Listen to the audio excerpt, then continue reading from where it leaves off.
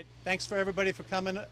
General Owens has got a presentation for Command Chief Manno on her retirement. The 106 Rescue Wing has been allowed the Alumni Association to put this brick project together, and we use the funds from the bricks to award 2 scholarships each year to family members and members of the 106 Rescue Wing. So appreciate everybody's support. If they ever need a brick, they can see me or Jim Johnson. My number's out front, and I'll just hand it over to General Owens at this time. Thanks, Colonel Landseidel. Thanks for coming out, everybody. Colonel Bank, thanks for letting me show up on base again. So as Colonel Landseidel said, you know, there's multiple meanings behind the bricks, and one of the most important things is that we're giving back to our young members or young family members for scholarships to continue their education. So it is a very worthy cause. This particular brick, Chief Manno, is to recognize your service here at the wing, many years. But I wanted to present this to you, maybe more importantly, for your service as a wing command chief. Not insignificant, Chief Manno was the first female command chief in the state of New York, and that is a big deal, Chief. And I think the significance of that here at the wing was very important, not just to our female members, but to everybody. And you know, you as the command chief, we spent a lot of time up in that office.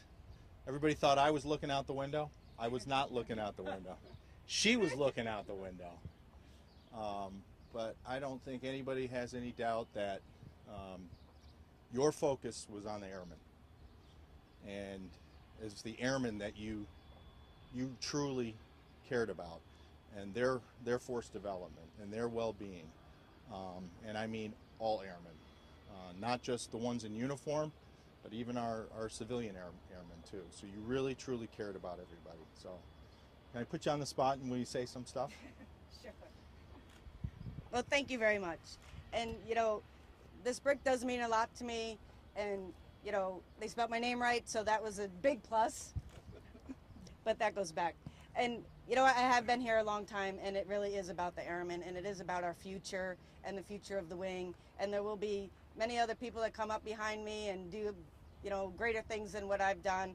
But you know, it was a pleasure to be here, and as long as I've been here, it did go really fast, even though it's been 30 years. But I really do appreciate it, sir. And like I said, there will be a lot more bricks in here for people doing amazing things. So thank you very much. All right. Here, help me put the brick in.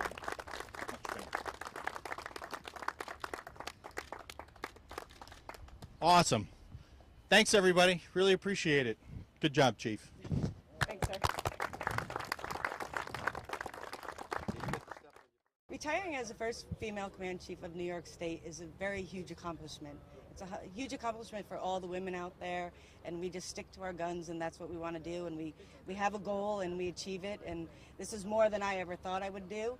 But it's awesome because all I am doing is paving the way for other airmen, female airmen, to come up behind me and do better than what I've done, and to just come, you know, build on the foundation that I've already built for them.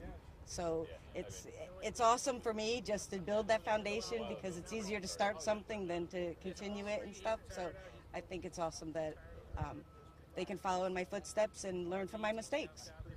So I've been here for 30 years, that I just added it up the other day, which is a very long time.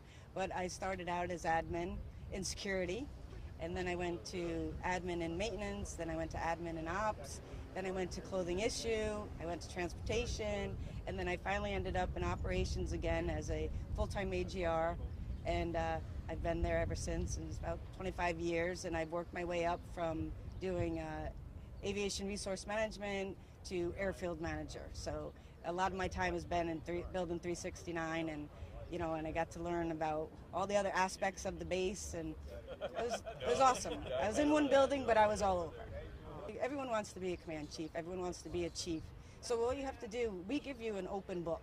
Everything that we do is written down. It's step-by-step instructions. We give you the timeline. So as long as you stay on that timeline from the day you walk in to the day you leave, it's basically we set you up for success.